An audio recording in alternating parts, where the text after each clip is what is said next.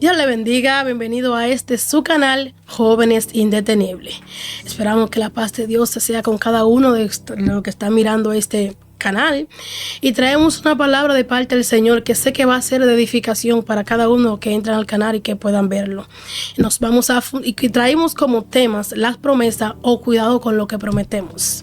Nos vamos a fundamentar rápidamente en el libro de Eclesiastés 5, verso 4 en adelante, las cuales serán leídos bajo la comunión del Padre, del Hijo y del Espíritu Santo. Amén. Cuando a Dios haces promesa, no tardes en cumplirla, porque Él no se complace en los insensatos. Cumple lo que promete. Mejor es que no prometas y no que prometas y no cumplas. No dejes que tu boca te haga pecar, ni digas delante del ángel que fue ignorancia, porque harás que Dios se enoje a causa de tu voz y destruya la obra de tus manos. Gracias, Señor, por tu palabra. Benditas son, bendice nuestra vida a través de ella y que todo el que vaya a ver también pueda recibir la revelación que he recibido. Cuando hablamos de promesas, vemos que desde el principio Jehová hizo promesa. Vimos que le hizo promesa a Abraham, después le hizo promesa a Isaac y luego le hizo promesa a Jacob. Dice 2 de Pedro 3:9 que el Señor no retarda su promesa, según algunos lo tiene por tardanza. Es decir, que lo que Dios dice en nuestra vida tiene cumplimiento. Ungieron a David y David lo proclamaron rey 20 años después. O sea, tenía cumplimiento la promesa que Dios había dicho. O sea, todo lo que Dios dice de nosotros tiene cumplimiento. Pero vengo a hablarle de la promesa que nosotros hacemos al Señor. Y en la Biblia, en el libro de Jueces, exactamente en su capítulo 11, narra una historia de un personaje llamado Jefté.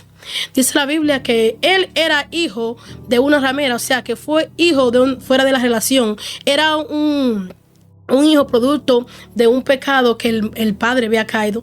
Y dice que su padre murió y vivía con sus hermanos y su madrastra. Cuando el padre murió, ellos los destituyeron porque decían que él no iba a heredar, porque era un bastardo. No iba a heredar de lo que había dejado su padre porque no tenía su apellido, no era un hijo de casa. Fue algo que fue fuera de la casa.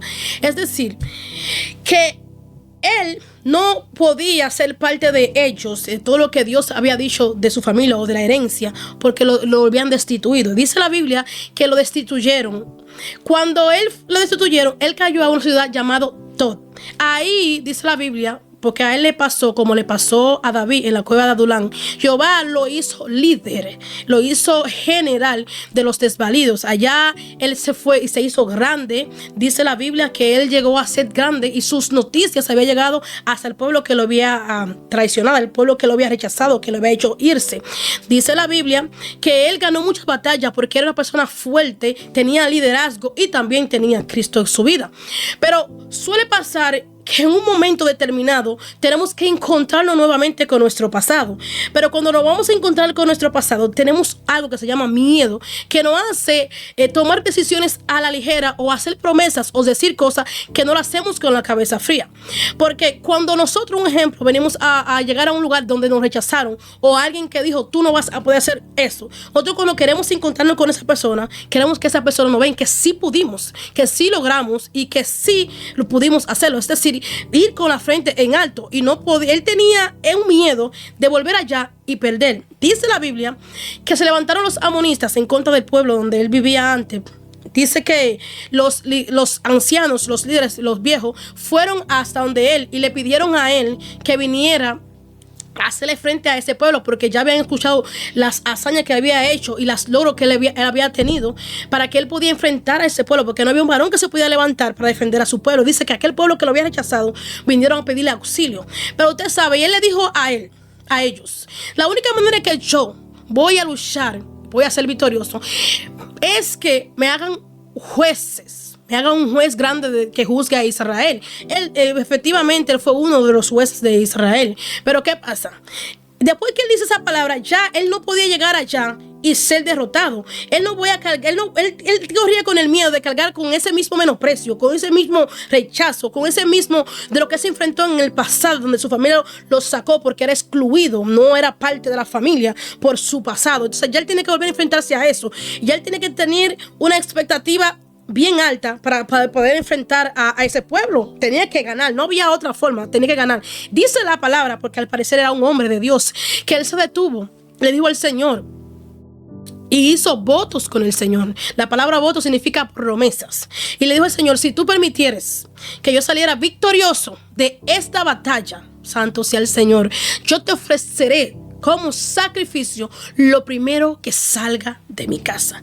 Y yo pensando y analizando a esta historia, puedo entender que Jefté tenía algún perrito, o Jefté tenía algún gatito o algún animal que estaba acostumbrado a encontrarse con él. Pero la Biblia enseña que él luchó con ese pueblo y efectivamente él salió victorioso de aquella batalla. Pero después de que salió victorioso de eso, él tuvo que enfrentarse a la realidad del voto que hizo con el Señor, porque la Biblia enseña que cuando él llegó a su casa, lo primero que salió de su casa era la única hija que tenía. Wow. Eso nos da a nosotros una buena enseñanza acerca de la promesa. Nos da una enseñanza de que nunca debemos prometer bajo ningún tipo de emoción, ni muy triste, ni muy feliz, ni muy cabizbajo, ni ningún tipo de sentimiento podemos tomar decisión, porque hay que estar con la cabeza fría. Porque en el versículo 6 de Eclesiastés 5 dice que no hagamos que nuestra boca no haga pecar y digamos delante del ángel que es ignorancia. Ignorancia que decimos, no, eso fue cosa mía. Dios no ve eso. Dice que no se complace en los insensatos. Vemos en la historia que Jacob, cuando estuvo en el Betel, que durmió en la piedra, dice que la piedra que él durmió, que vio el ángel que bajaba y subía y que la voz de Dios le hablaba, dice que esa piedra la cogió como señal y hizo votos con el Señor. Le dijo que si él saliera victorioso donde él iba a ir, o sea, que si él estuviera con él y le diera de vestir y le diera que comer y permitiera que él volviera en paz a su casa, él iba a hacer que esa piedra se convirtiera en casa de Dios. Pero la Biblia enseña que efectivamente él llegó donde su tío Labán. Allá él fue victorioso, él prosperó incluso mucho más que Labán, porque Labán le cambió el suelo no se sabe cuántas veces, y a muchas veces que la cambió, Jehová le hablaba y le mostraba cómo era que veía venir las ovejas para que y le enriqueció. La gracia de Dios cayó sobre él porque Dios escuchó la promesa que le había hecho. Dice la Biblia que le dio hijos porque tuvo 11 hijos, porque todavía no había nacido Benjamín en ese tiempo. Pero ¿qué pasa? Él ya se había olvidado de la promesa que le había hecho el Señor. Dice la Biblia que se levantó Labán en contra de él y él tuvo que huir. Después el Señor volvió y le habló y le dijo, vete a donde te salió el Señor, ahí donde tú tenías la piedra, donde te salió el Señor, y a lo que tú prometiste que hiciera la casa de Dios ahí. O sea, a veces nosotros hacemos promesas al Señor y nos olvidamos, pero Jehová nunca se olvida.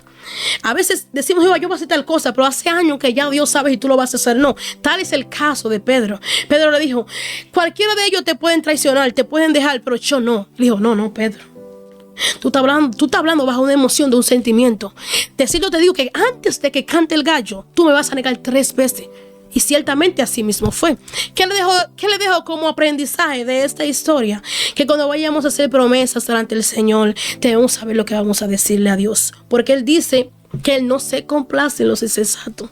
No, a mí tú puedes decirme, yo voy a hacer tal cosa y no lo hace. La Biblia dice que tú sí sea un sí y tú no sea un no. Cuando nosotros hacemos promesas al Señor, tienen cumplimiento, porque nosotros no podemos olvidar, pero Él sí se acuerda. Eso lo pongo en práctica como mi vida propia. Así mismo, para el que esté escuchando eso, analicemos qué vamos a prometer, que a veces decimos, Jehová, yo voy a hacer tal cosa. Suele pasar, muchas personas que están en cama, que están en coma, y dicen, Jehová, si tú me paras de este lecho, si tú me paras de esa situación, yo te voy a adorar toda mi vida. Y suele pasar que se levantan durante 3 meses en el evangelio, pero después que ya sienten que los huesos están bien puestos, se descargan. ¿Y ahí qué? Hay puerta para que el enemigo te coma con yuca. ¿Por qué? Porque te olvidaste de la promesa que hiciste con el Señor. Jehová no tiene obligación de cumplir nada, pero dice que Él no retarda su promesa, porque Él sigue siendo Dios. Él sigue siendo Dios, tú haciendo las cosas bien o haciéndolas mal, pero Él te dice que Él no se complace de los insensatos. Así que cualquier cosa que vamos a prometer a Dios, tanto en oración, tanto públicamente, porque hay muchas personas que dicen, no, yo me voy a meter con Dios. Le digo, Jehová, mira, yo me voy a meter contigo tantos días. Eso es ignorancia, señores. Me voy a meter contigo tantos días y a los 3 días cortan el ayuno, un ejemplo. Si es 6 días y ya los días no, ya yo no lo voy a hacer. No, Él no se complace de los insensatos. Todo lo que vamos a hacer. Mira, la niña cuando papá le dijo, vino llorando, papá ni siquiera pudo hablar.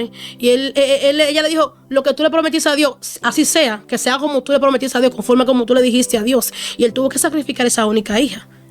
Esa enseñanza de Jefté nos da a nosotros que no importa cuántas veces tenemos que enfrentarnos a una realidad, nosotros no tenemos que prometer nada. Entonces tenemos que ir confiadamente en que Dios nos va a ayudar a resolver, pero sin prometer, porque si prometemos tenemos que cumplir. Y si prometemos, sepamos que vamos a prometer. Porque mira, Ana dice la Biblia que él le dijo a Dios que si se dignara a ver la aflicción de su sierva y le diera un hijo, eso le entregaría, ella se lo iba a entregar. Y ella tuvo que entregar, dice que se nació y se crió.